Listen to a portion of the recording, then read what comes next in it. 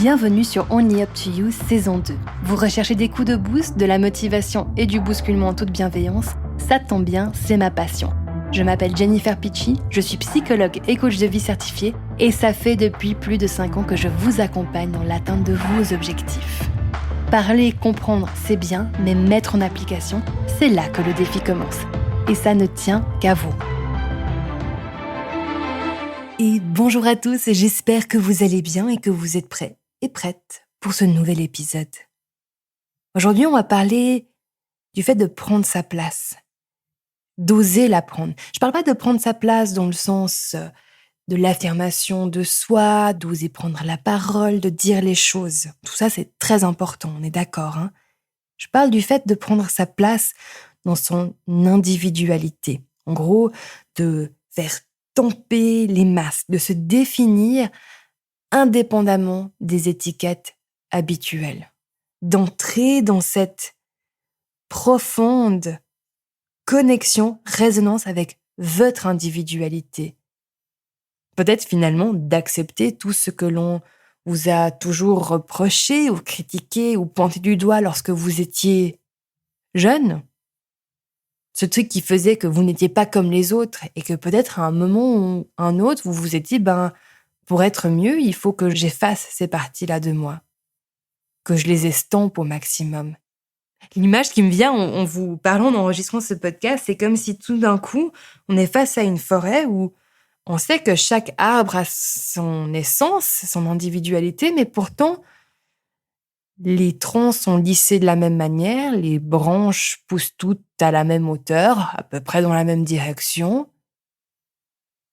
Et puis tout le monde chante un petit peu la même chanson, se balance de la même manière, avec le vent, avec la vie, le contexte, l'environnement, parce que c'est comme ça que on voit les autres faire et que c'est comme ça que l'on se dit que peut-être c'est aussi bien de le faire. Quand vous êtes dans ce cheminement intérieur de développement personnel, d'aller chercher ce prochain niveau, cette haute performance, comme j'aime l'appeler, qui est, elle, indépendante d'un salaire, on est d'accord, ou bien d'un statut professionnel, qui est juste, finalement, la haute performance, c'est de se dire, là, moi, je vis d'une manière qui est tellement juste et en alignement que, littéralement, ce que je fais m'apporte déjà satisfaction, joie, a de l'impact, a du sens, et surtout, je pourrais continuer de faire ça pendant des années. Je ne suis pas en train d'attendre le week-end, je suis pas en train d'attendre mes prochaines vacances. Là, au jour d'aujourd'hui, comment je vis mes semaines, c'est top. Alors bien sûr, il y a des jours peut-être qui sont moins extraordinaires que d'autres. Ok, ça c'est des nuances. Mais il y a une différence entre être dans oui, ça va, c'est ok, c'est cool, voilà, c'est la vie, etc. On fait comme on y va et être et se sentir vivant et animé.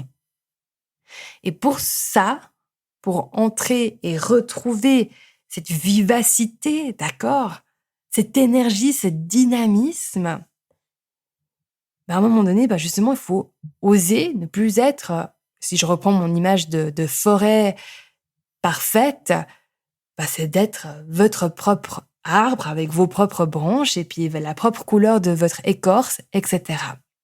Sauf que, avec les années de conformisme, l'on va dire, ô combien même peut-être vous avez gardé certains traits uniques à vous, vous avez pu quand même garder sous forme de hobby peut-être des trucs qui sont uniques à vous, eh bien, il est possible que vous en veniez à la fameuse question, mais finalement, je suis qui?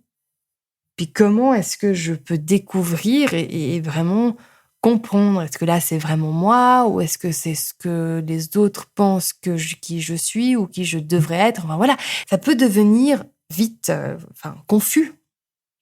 Alors, vous savez déjà comment je fais ce podcast. Vous savez que c'est pas en 15 minutes que vous allez avoir tout. Mais là, c'est de vous donner des pistes, d'accord? Des pistes d'exploration qui ne tiennent qu'à vous, en fait. Il n'y a que vous qui puissiez aller explorer tout cela.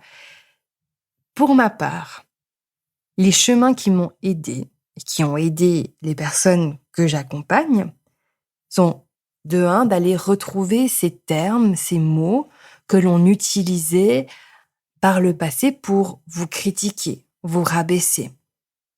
D'entendre le « Ah, mais peut-être t'es trop sensible » ou bien « T'es trop comme ceci » ou « Pas assez comme cela ». Ok ?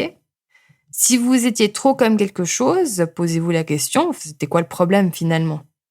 C'était un problème pour les autres ou c'était vraiment un problème pour moi ? Est-ce que finalement, ça rendait les autres inconfortables, mal à l'aise ? Est-ce qu'il y avait vraiment un problème ? C'est pas la même chose. Moi, ce que j'ai entendu jeune, c'était « tu parles trop, t'as 10 000 idées à la minute, t'es exubérante et une drama queen ». Est-ce que vous imaginez le drame si à un moment donné, je m'étais pas dit « et alors en fait ?» Et alors que j'ai 10 000 idées, peut-être que dans mes 10 000 idées, il y en a 3 qui sont incroyables. Ce podcast en fait partie. Et ouais, je parle beaucoup. Mais en fait, ma parole, c'est mon instrument de travail. Et je suis exubérante. Ouais, ça me permet, moi, de communiquer d'une manière qui, finalement, crée quelque chose de plutôt positif. Alors certes, ça peut embêter les personnes qui, à ce moment-là, ont envie de se reposer, etc. Puis ils ont une enfant surexcitée qui a juste envie de partager. Et en face, il y a des parents qui sont épuisés et qui sont en train de dire « chut, chut », parce que leur besoin à eux, c'était du calme. Mais au lieu d'exprimer leurs besoins, ils ont reproché. Donc c'est de se poser cette question-là. Qu'est-ce qui m'a été reproché ? Et est-ce que finalement, c'est un si gros problème que ça au jour d'aujourd'hui en tant qu'adulte ? Une autre piste que vous pouvez aller explorer, et ça c'est si vous êtes assez intuitif, ouvert, peut-être même spirituel, faites votre thème astral, faites votre human design, votre pinta. Allez explorer tout ça et remarquez les ressemblances. Quels sont les messages qui reviennent, des thèmes qui reviennent continuellement et que quand vous les entendez, il y a quelque chose, il y a une résonance. Parce que, effectivement, dans les thèmes, même de numérologie, les thèmes astrales, etc., il y a beaucoup, beaucoup d'informations. J'en ai déjà parlé dans le podcast, en fait, il peut y avoir le Barnum Effect, qui est l'effet que finalement, on vous décrit, mais tout le monde va se reconnaître dans cette description. Ok ? Mais il y a aussi, quand vous êtes avec des personnes qui font ça comme métier, il y a des choses qui sont très précises par rapport à vous, mais surtout, ce qui est le plus intéressant, c'est de remarquer ce que votre inconscient va entendre, écouter et reconnaître. Parce que là, ça vous donne la prochaine, peut-être, pépite, indication, étape pour vous, pour votre conscientisation. Et finalement, c'est ça le jeu de découvrir notre vrai jeu, en fait, finalement. Le jeu I-je-U de notre jeu I-je-E. Je suis petit à petit, étape par étape, jusqu'à ce que, boum, je commence à vraiment capter cette essence. Donc ça, c'est les pistes à explorer. Imaginons maintenant que vous avez exploré ces pistes, vous avez, vous comprenez, vous prenez conscience, comment est-ce qu'on l'implémente. Et là, il y a, selon moi, 2 peurs principales qui reviennent souvent. La première, c'est la peur de la souffrance, de vous-même souffrir et de faire souffrir. L'on associe instinctivement le fait à un moment donné de se montrer tel quel à un énorme risque, une énorme probabilité en fait d'être rejeté, abandonné, d'en souffrir, ou bien de risquer de blesser, de faire souffrir les autres parce que vous arrêtez, littéralement, d'implémenter, de nourrir tous les schémas que vous avez mis en place pour rendre leur vie plus confortable. Et la raison pour laquelle vous avez cette impression est le même raisonnement qui a justifié que finalement, vous continuez de maintenir tous ces schémas sur des années, si ce n'est des décennies. C'est cette impression que si vous ne faites pas cela, vous n'allez pas être aimable, apprécié, vous n'aurez pas une place et que du coup, il y a une forme d'isolement qui est possible, que vous pourriez devenir le ou la paria de votre famille, de votre cercle d'amis.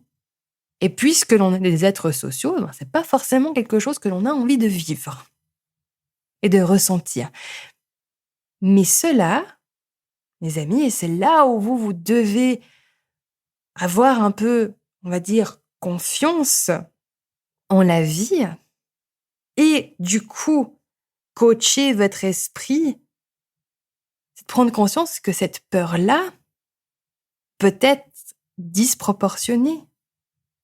Parce que l'autre revers de la médaille, c'est que une fois ce passage fait, d'accord? Une fois ce côté, maintenant j'arrête de brandir les étiquettes, de me conformer et plus de me soumettre à la bonne image de qu'est-ce qu'une personne comme moi devrait être en train de faire, penser, agir, quelles sont les décisions qu'elle devrait être en train de prendre, que ce soit sur le plan professionnel, privé, personnel. Enfin, vous avez arrêté ce charabia, d'accord? Et aussi que vous avez été faire un travail sur vous pour aller guérir, ou en tout cas apaiser, comprendre, connaître peut-être des blessures, des choses du passé qui vous ont marqué, à ce moment-là, vous entrez dans le game changer. Mais le game changer qui fait que tout d'un coup, vous devenez une source d'inspiration, les gens ont envie d'être autour de vous. Pourquoi? Parce que vous allez bien, parce que vous rayonnez, et parce que quand quelqu'un rayonne et qu'il est en bonne santé, c'est pour ça que je parle d'aller faire ce travail intérieur, d'aller apaiser les blessures, les pensées, les accueillir, les comprendre, les transformer. Faut pas nécessairement guérir une blessure entièrement, on peut la transformer, d'accord? Une blessure, elle peut être active toute une vie, mais on arrive à la transformer pour qu'elle crée quelque chose de bon pour nous, pour les autres, ok, peu importe vos critères. Quand vous êtes profondément vous-même et en bonne santé, là, il y a un game changer de dingue. Les gens vont apprécier votre authenticité, vos couleurs. Ils vont se dire, tiens, c'est chouette de voir quelqu'un qui est comme ça, qui vit, qui est vivant. Où on associe trop le risque, si vous voulez, de se montrer tel qu'on est réellement, c'est qu'on a en exemple des personnes qui tout d'un coup laissent tomber les masques, disent maintenant il y en a marre, je vais me montrer telle que je suis, mais qu'elles sont encore dans cette souffrance en fait. Il y a quelque chose en elles qui a encore mal et l'on va voir en fait cette douleur. Et cette douleur-là, elle peut être impressionnante, elle peut aussi faire du mal, effectivement, faire souffrir, d'accord? Donc cette peur-là de je vais faire souffrir les autres parce que tout d'un coup, ma peine, ma douleur, elle va sortir dans tous les sens, etc. Mais à nouveau, on parle pas là d'avoir besoin d'attendre d'être parfaitement tout bien, tout nickel pour commencer à oser prendre sa place et à se lâcher un peu plus, à montrer sa vulnérabilité à nos proches. Alors je sais que ça peut paraître un peu abstrait comme cela. Alors quelque chose de pratique que vous pouvez faire, qui est simple à mettre en place, c'est que quand vous remarquez justement un de vos proches qui, je sais pas, à un moment donné, montre une facette que vous n'avez pas souvent vue ou pas du tout vue peut-être, d'encourager cela. De montrer que vous êtes à 100% derrière cette personne pour que elle se dise « Ah j'ai le droit d'aller explorer ça. Oui, j'ai ce petit côté-là à moi, c'est comme ça. » Et que vous soyez dans l'accueil et l'ouverture. Le fait déjà de le faire peut-être pour les autres va implicitement commencer aussi à créer des possibilités, des opportunités pour que vous aussi, vous puissiez Créez tout simplement un environnement, une dynamique où cela est autorisé. Rappelez-vous que vous avez un impact, vous avez une influence sur votre environnement. Le simple fait que vous existiez a un impact. Il n'y a pas besoin d'être plus beau ou belle, intelligent ou intelligente, exubérant ou exubérante, etc., etc. Il n'y a rien qui vous manque. Avec ça, je vous laisse. Je vous souhaite une superbe semaine et je vous dis à la semaine prochaine. Hey, si vous aimez ce contenu, n'oubliez pas de vous abonner à la chaîne et à la newsletter afin d'être tenu au courant des nouveautés. Aussi, si vous êtes prêt ou prête à passer à la prochaine étape, venez nous rejoindre sur Unlocking You. C'est le programme de coaching destiné à tout professionnel ambitieux et déterminé qui ne souhaite plus compromettre sa santé mentale et ses relations pour son travail. Si vous avez envie d'aller encore plus loin, le programme Game Changer est fait pour vous. C'est un programme premium exclusif, du one-on-one avec moi qui active les 5 piliers de la haute performance, vous permettant de déclencher les changements et libérer tout votre potentiel sans exploser en plein vol. Vous avez tout en note de podcast.